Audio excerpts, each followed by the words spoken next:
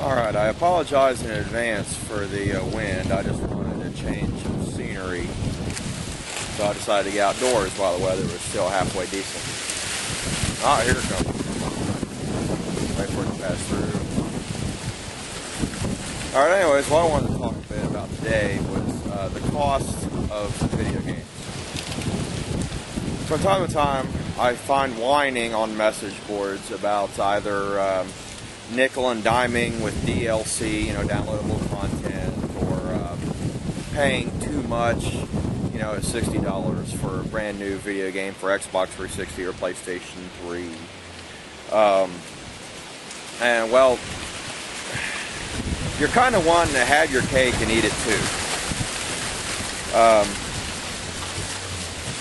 Today, video games cost more than at any time before in the history of the industry to produce.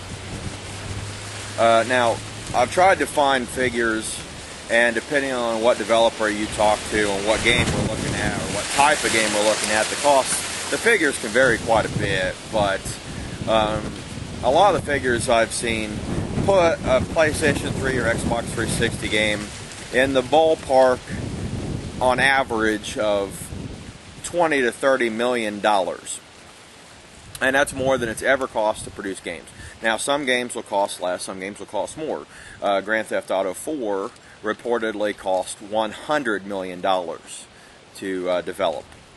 But this is more than at any point in the history of the gaming industry.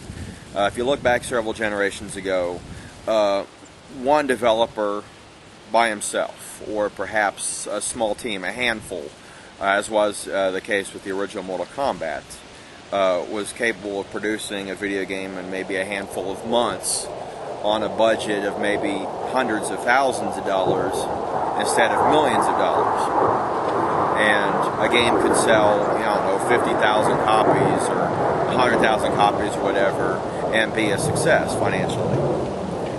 Now, with teams sometimes of hundreds of people at a time, development cycles of years sometimes instead of months, and development prices, costs of 20 to 30 million instead of tens or hundreds of thousands of dollars.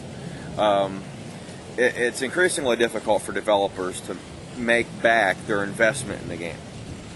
And you might think like, well, $60, that's $60 in the pockets of the developers. It doesn't work that way. For example, if you release a game on the PlayStation 3, Sony's going to get a cut. They're going to get a royalty. And one source I looked at said it was about $10 per copy of the game. So there's $10 off right there. You figure the retailer selling it to you is going to get their cut. They're not going to sell it for free. They're going to want something for it. If the publisher is independent of the developer, you'd figure then that the publisher is going to get a cut. So not all that $60 goes to the developer that produced the game. Here comes the wind again. Lost my train of thought here. But anyways, as another example, just a couple generations ago, the original PlayStation, again, you might be looking at $800,000 to, say, a little over $1 million, $1.5 million as a development cost for a game versus 20 or 30 million now. And you might think, okay, well, even if they don't make the full $60 as profit, maybe if they sell a few million copies, they'll get their investment back. Well, that sounds good on paper, but a lot of games don't sell 1 million copies. Certain big titles like Grand Theft Auto or Call of Duty or something will, but a lot of games don't. And so a lot of games don't make back what the developers spent making them. And you can't stay in business very long that way, selling games at a loss. So developers have to be able to make their costs back some way. And besides that, $60 for a game isn't new or unheard of in the industry. I remember a few generations back on the N64, one of the first games to come out for it, it was a Star Wars game, Shadows of the Empire. I believe my parents paid $70 or $80 for that one N64 game. Alright, so $60 isn't unheard of. It's not unreasonable. And I see people on message boards suggesting that we refuse to buy games new. Wait and buy them new or used, say half cost or something, and then maybe this will force developers or games to stop selling for $60. Well, there's a problem. If a developer's spending $20 or $30 million making your game, they got to make their money back. And if you slash how much you're paying for the games, for one thing, that's making it much more difficult for the developer to make back their investment. But the other thing is, when you buy used, the developer don't get any of that. That's just profit for the store that sold you the game, and that's it. Then I also see whining about developers nickel and diming us with downloadable content. Well, again, going back to the fact that it's so difficult for them to make back their investment on a game, that's just one extra, a few extra dollars here and there that the developers can try to get to help recuperate their costs. So I don't have a problem with that. I don't know why anybody else would either. If you don't want the downloadable content, you don't have to get it. But there's no point in complaining about it. I mean, you can't realistically expect developers to put all this money into making games as pretty as you want them to be. And I mean, every new game has to outdo games before it.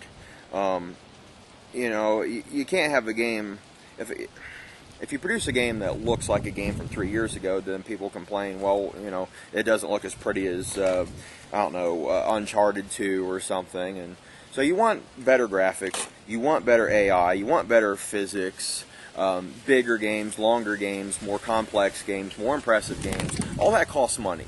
They don't have like a button that they push and produce, like a make awesome graphics button. Somebody's to sit around putting ridiculous amounts of hours into making all these pretty graphics and everything that you want. And that's what you talk about on message boards. It's how pretty this game is versus Uncharted or Metal Gear or whatever. And all that costs money. And it's not going to get any cheaper. Every new generation of hardware ups the ante, raises the bar, and then they have to put even more time and resources into making games, more money into making games, and at the same time you complain that you want to pay less for them. You can't have both. So you're going to have some sort of a compromise here. Either you're going to have to shut up and pay the $60 or more in maybe in the years ahead, or you're going to have to lower your standards and have games that can be developed for a fraction of the price. You can't just keep jacking up the cost of making the games to make them as pretty as you want them to be, and then at the same time keep slashing prices, because you want to be cheap. You can't have your cake and eat it too, if I'm using this correctly here. So there you have it. Something to think about.